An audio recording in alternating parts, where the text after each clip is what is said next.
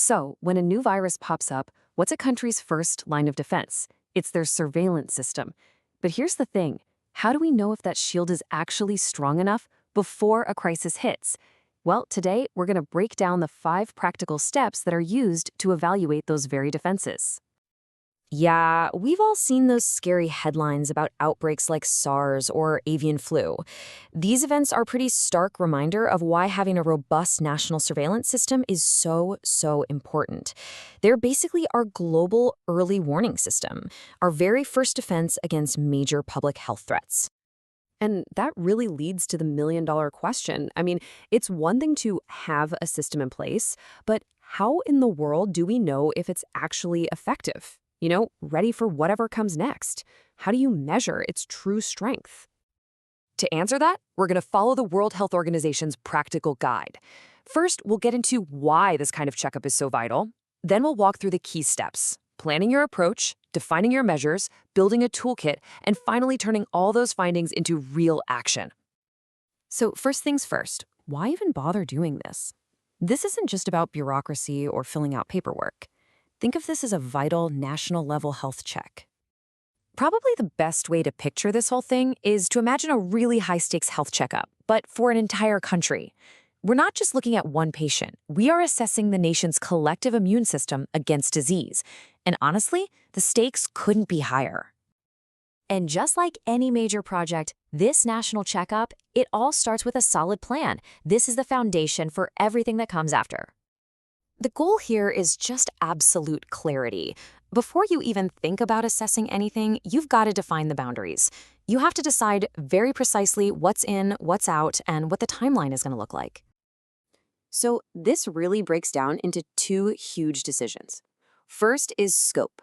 Are you looking at the entire national system, or are you zeroing in on a specific action plan within it? And second is timing. Is this a mid-project check-in, an end-of-term review, or, as the WHO suggests, a recurring evaluation every 2 to 5 years just to keep the system sharp?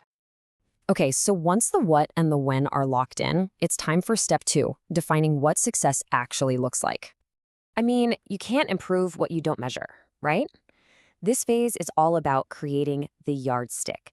You're taking these big, broad goals and translating them into specific, measurable targets that'll tell you if the system is actually doing its job. And the key tool for this is something called an indicator. You can think of it like a vital sign for your surveillance system. It's just a variable you track over time, like, say, the percentage of reports that were filed on time, or maybe the number of outbreak investigations that were launched. It shows you change. So how do you make sure you're setting good objectives? Easy. You make them SMART. It's a classic framework for a reason. Your goals have to be specific, measurable, attainable, realistic, and time-bound. That kind of focus is what gives you results you can actually use. So you have a plan, you know exactly what you're measuring. Step 3 is where we get practical. It's about building the toolkit you'll need to actually do the evaluation. This is where you move from strategy to logistics, the rubber meets the road phase. Who's going to do the work? What tools will they use? And maybe most critically, how is it all going to be funded and supported? This whole process breaks down into 3 key actions. First, developing your tools. We're talking questionnaires, data checklists, that kind of thing. Second, identifying your team. Is it going to be internal staff or outside experts? And third, mobilizing your resources, securing the funding and all the logistical support to make it happen. And that choice of who does the evaluating, man, that is a critical one. An internal team from, say, the Ministry of Health, they bring deep institutional knowledge. But an external team of experts, they offer objectivity, and they might be better at uncovering some of those sensitive issues. Each approach has some pretty clear advantages. All right, this brings us to our final section, and we're actually combining the last 2 steps here because really they are all about putting this hard work into action. And this is absolutely crucial. The evaluation itself, that's not the finish line. Nope. The real work starts once all the data is in. It's all about sharing what you've learned and, most importantly, using those insights to drive real, tangible improvement. This really shows why we call it a cycle, not a one-and-done event. You conduct the evaluation, gathering and analyzing the data. Then you disseminate the results to everybody who needs to see them. Then you implement the recommendations to make concrete changes. And finally, you use all those lessons to plan for future improvements. See? It's a continuous loop of just getting better. You know, this quote from the guide really says it all. The recommendations should be used as a basis on which to plan improvements of the surveillance system. An evaluation report that just sits on a shelf collecting dust has completely failed its purpose. So if you take just one thing away today, let it be this.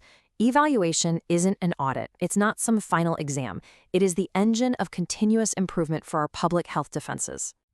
So, let's end with this thought. This powerful cycle of planning, measuring, and adapting, it's absolutely essential for public health.